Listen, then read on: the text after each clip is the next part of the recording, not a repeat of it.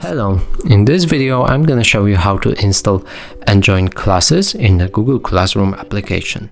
So in order to do that, you will need to open your Google Play Store and start searching for an app. Now here you will need to write Google Classroom.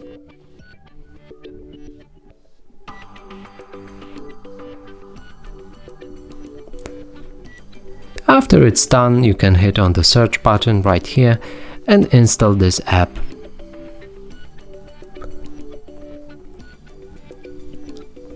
After the installation process is complete, we can open the app, get started, choose the account you want to bound to this Classroom application and press OK.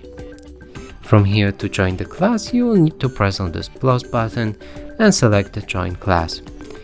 Here you will need to enter your class code, which you should be provided with.